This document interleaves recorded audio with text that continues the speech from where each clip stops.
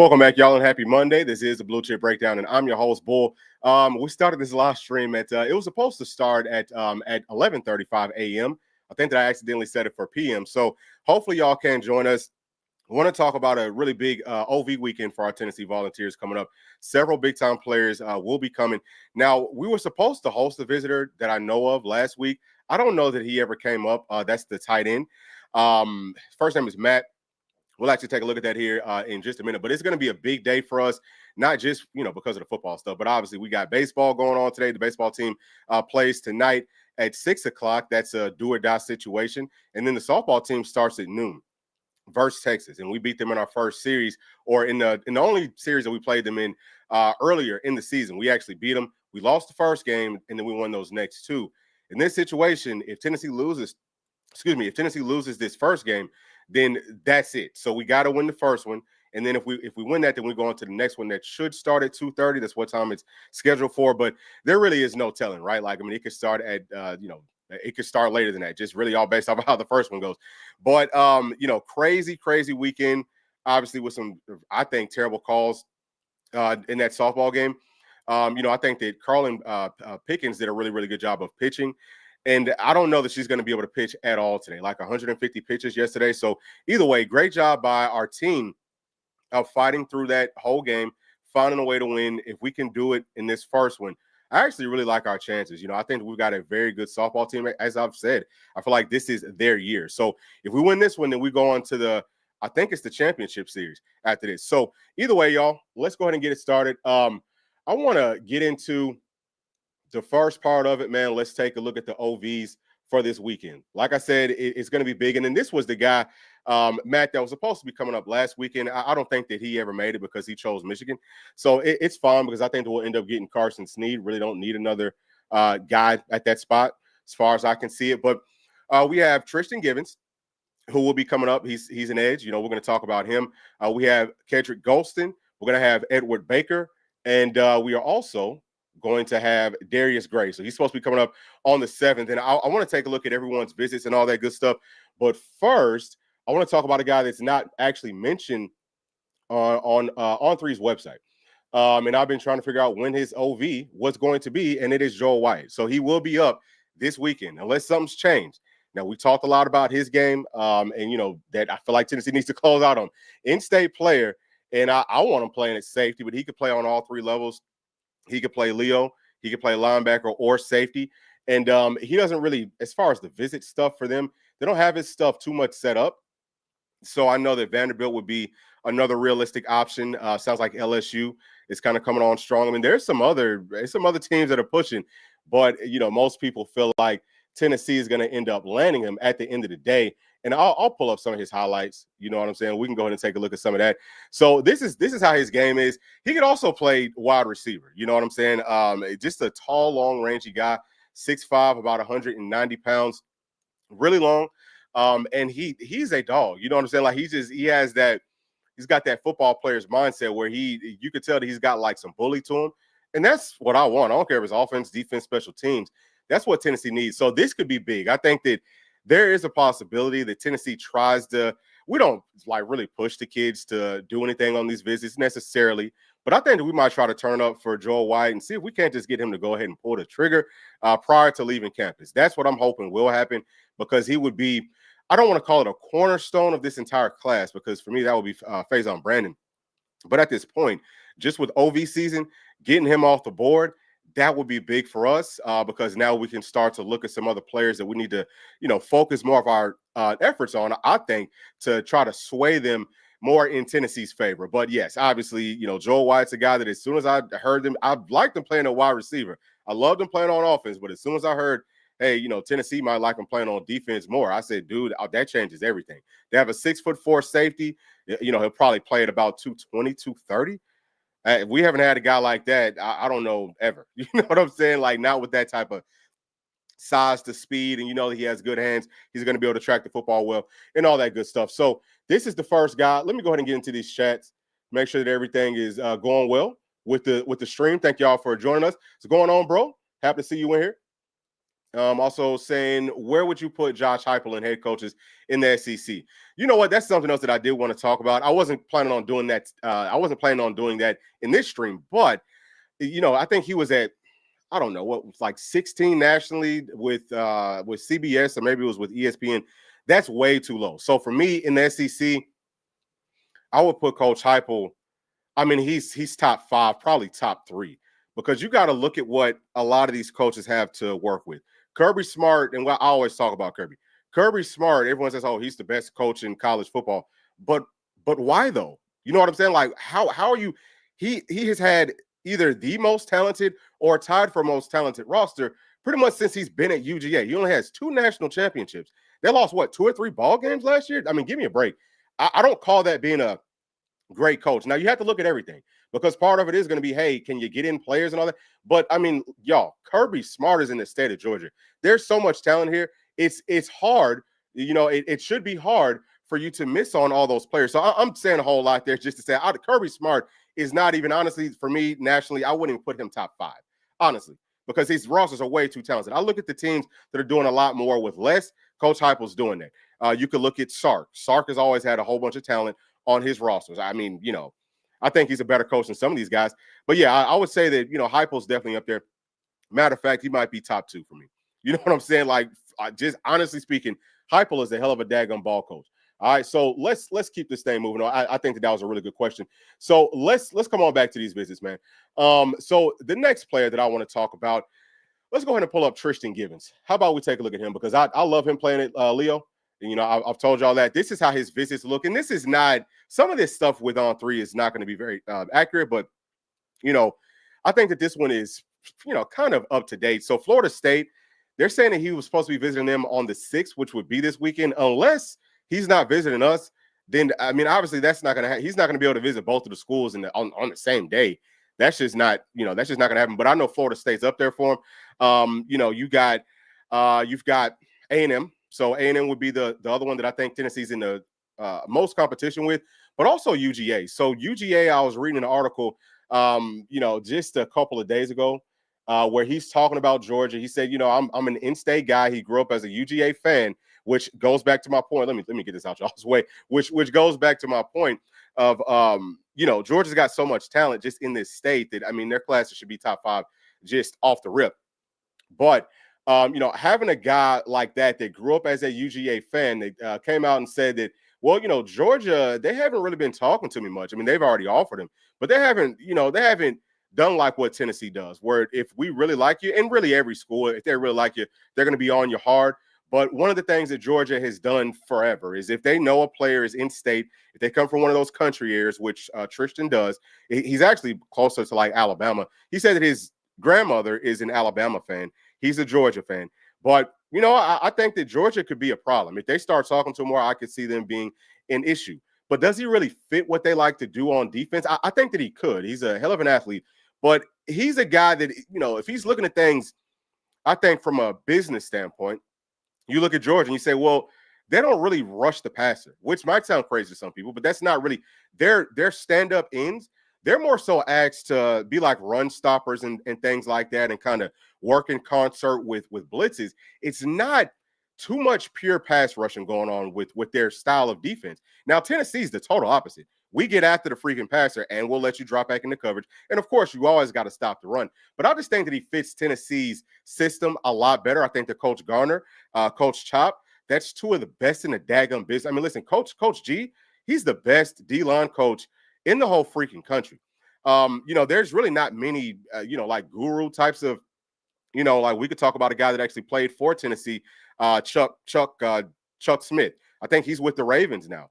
So he was one of those kind of like guru guys. He was, to me, like the best edge rushing coach. But I'm saying all that just to say that outside of him, I feel like Coach Chop and Coach Garner, I'm going to throw Coach Ayers in there too. I mean, that's as good as it gets. So I feel like this is another guy that Tennessee could maybe get to close out on, you know what I'm saying? Or maybe get him to kind of close things up.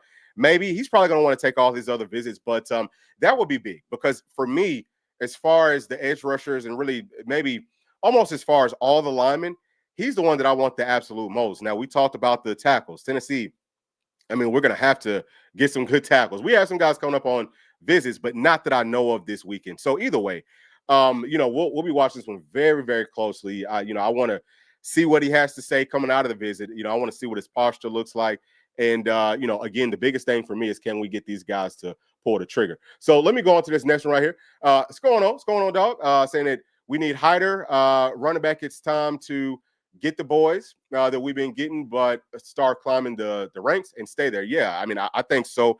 If you looked at what Tennessee did, bringing up like 60 players for that Big Orange Barbecue in the 2027, 2028 classes, we always get off to some really good starts where everyone's saying, man, that was great, coming up. And Tennessee wasn't even on my list until I came up and visited. But you have to ask, well, how many other schools have they even visited, right? Like, you come up, maybe that was the first one that they visited. Maybe it was the first SEC program that they looked at. And it is a difference, okay? It is a difference between all the SEC programs versus, Big Ten, like their top schools. It's going to be good stuff. Every other conference, unless it's one or two schools in the ACC, Clemson, maybe one or two others there. Big 12, I don't know that they, maybe have any school or campus that you go to when you're looking at all the stuff and everything that the players have, to help them get through college and all that. No one else is touching it. So I'm saying all that just to say that the players start off loving us. But, to your point, we've got to close. That's the biggest thing, is that Tennessee definitely has to close. And I feel like we are going to do that coming up with this OV season. All right, so next, let's take a look. And I will get back to those chats, y'all. I will get right back. But let's talk about, who should we go to next, y'all? How about Kedric Golston? Okay, I really like Kedric Golston's game. He's listed as an end. I think that he's going to end up, for us, playing like strong side. Now, right now it's us and it's UGA. You can see how many visits he has set up. So this is kind of going back to my point where, whenever you're taking these SEC visits, it's going to look different, right? It's going to look different versus some of these other programs. And so it's really us and it's Georgia. Now, his dad played at Georgia. So, feel like they're probably in a pretty good spot, but it would be the same thing. How well does he fit into Georgia's system? They want him to play stand-up linebacker. Now, for me, he actually fits Georgia's system better than Tristan Givens does, because he is more of that, like, strong at the point of contact. He can play out in space some. We'll actually pull up his clips here. You can see him moving around out in space, but really, I think that he would be better suited still to play strong side end for Tennessee, because we're not really going to be asking our guys to drop back into coverage if you're playing strong side end. And I think that would make him look better. He's the guy that you want to set the edges and be able to get after the passer, again, in concert with some blitzes, with some different things. That'll really help him out. But we will see how things go. I think that at this point, Tennessee's actually leading, and it feels like all the insiders are saying that, man, Tennessee's in a really, really good spot here. They know what they're talking about. So if they're saying it, and just because this, just because Kedric's father went and played at Georgia does not mean that he's automatically going to go. Because, shoot, if he played with Kirby Smart, I mean, who knows? He might not have liked Kirby if Kirby was there at any point. He might not like Georgia's system. He might not have really liked Athens. You know what I'm saying? That's very, very possible. I know several players that went to Georgia and they said, shoot, I wouldn't send my son up there for absolutely nothing. So, that's what it's all about, is just, having a really, really good showing with this visit. And then, he goes on to UGA, and, we'll see how things play out, right? But I think that Tennessee can maybe get him to close too on this OV. So let me go ahead and get back to some more of these chats. Let me see where we at with this one. All right, so this next one right here saying that there's more talent in the state of Georgia than Tennessee. Yeah, I mean, it's 100%. I don't know that it's necessarily close, just keeping it real. For me, I think that Georgia, if you look at it based off of the population, that there's no other state that is putting out as many SEC players, as many NFL players. You know what I'm saying? So yeah, I mean, it's a totally different thing, right? Like it's a ton of talent, and Athens, Georgia isn't far from where all the talent is. That one little area out there, Clark County, there's some players there, but like that whole little area, I think that they might have. It's like one other high school out there that's putting together some pretty good talent, but UGA is. They're kind of in that path where it's, and I don't mean that, I'm just going to keep it real. That's probably like the weakest place for high school football in the state of Georgia, but they're about 30 minutes away from where all the talent's at, right? Like they're not far away from it. So that's my whole point they should be flooded with players wanting to go there every single year. So do I think the Hypo can get the talent level to Georgia or Texas, or barely top 10. It's going to be really hard for us to get to that point where, you know what I'm saying, where we're up there with the Georgias and with the Texas, just because like they're typically going to be top 5 all the time, or, you know, like top 3 all the time. So I don't know that we can get there too soon. It would probably take, I'm going to say maybe like a couple more years. We could probably get up to that level. Hold on one second, y'all. All right, my bad. I thought that I messed it up. But so, yeah, I think that at some point, Tennessee can get up to that level, but it's probably not going to, it's going to take some time, you know. And then something else that just recently happened, y'all, is that sounds like Tennessee is going to sign off on that house settlement thing that the SEC and all the Power 4 conferences is trying to get everybody else to sign off on. I thought the Wolves was going to push back on it. So I'm disappointed with that. I'm sure that they have their reasons to it, but I don't know if that helps Tennessee, because if it's going to be kind of like an even playing field with NIL and all of that, that's going to favor the schools that have won championships here recently, like the Alabamas, like the Georgias, especially Georgia, who's already trying to get kids to take discounts and go there. So I just don't think that that is beneficial for Tennessee in any way, shape, form, or fashion, unless we're signing off on it saying, hey, we're still going to do whatever we want to do. I don't know. So, but saying all those things just to say that that would have been the ultimate thing to help us kind of close that gap, is being able to spend more money than those programs. But next, I want to talk about Edward Baker. So he is an offensive lineman. All right, plays at St. Francis. And right now, I just kind of like looking at the visits that he has set up. I would say that it should be us in Penn State, because, like we said, look at the other visits that he's taken.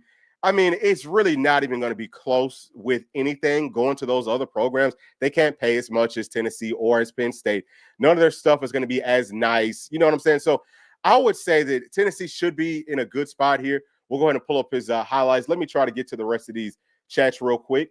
So this next one is saying that Tristan, let's get, okay, yes, for sure.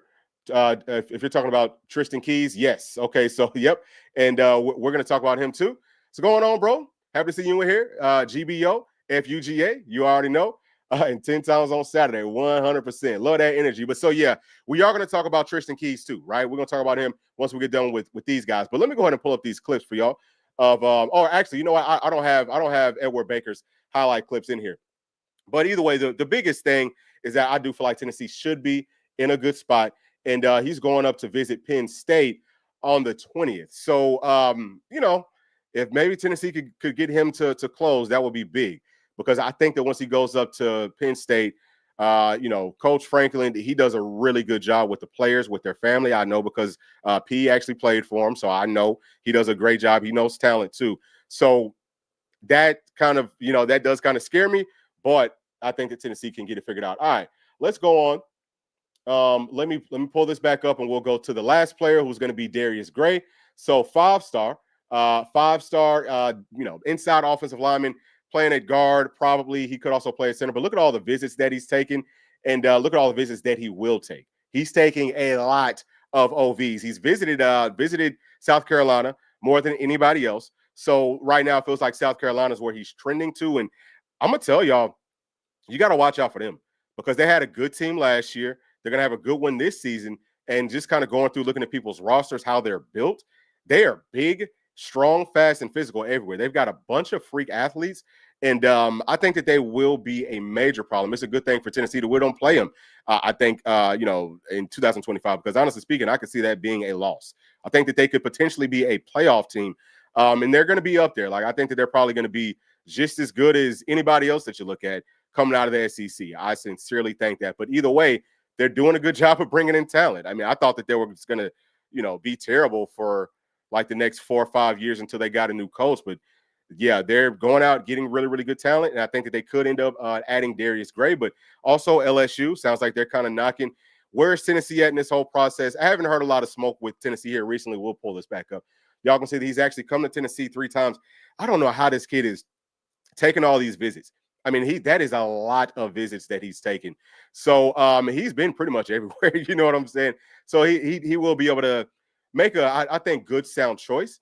But Tennessee, I feel like should be, once he comes back up, I think that we'll probably automatically go to his top 3.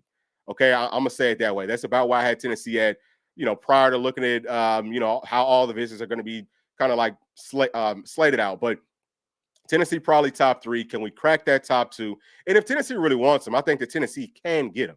It's just all in, how bad do we want this guy? If we want him, it's going to be an NIL battle. We're going to have to, I think that we could beat out, I think we could beat out really anybody.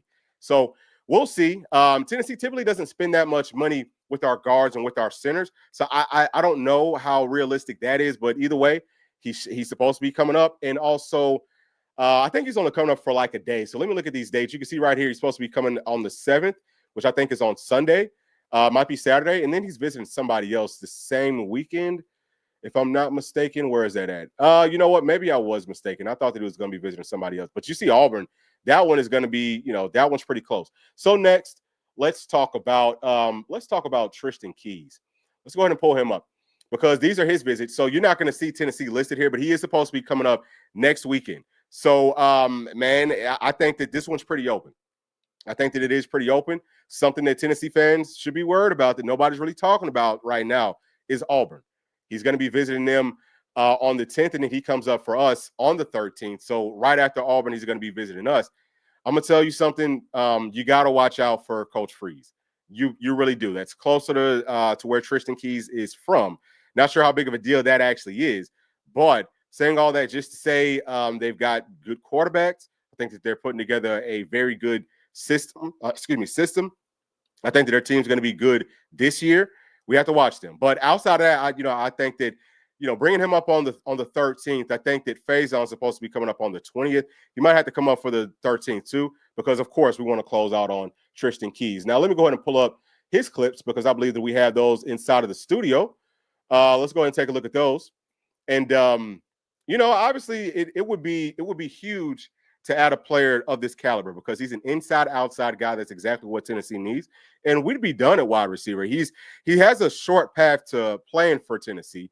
Just because we still won't have that many players in our wide receiver room. So he would have a chance to come in and actually fight for a starting spot. If it's not a starting spot, he could fight for that, for that second string spot somewhere. And, he's going to get a whole lot of snaps. And I think that with this offense, again, we've got some good quarterbacks. Mark, hopefully he's going to stick around. Then we would have GMAC, and, of course, we'd have Faison. So offensive line's going to look great. So, running game's always there. Again, we always talk about these things. But I just think that looking at Tennessee's system, understanding how it's built to get wide receivers, playmakers, the football out in space, switching up our scheme some to kind of help with that, I think that just looking at the total package, I know that the NIL thing is going to be right with Tennessee. We're going to make sure that if we're not on top, if we really want Tristan Keys, we're going to be, top 2, I'd say at least. So I could see this happening.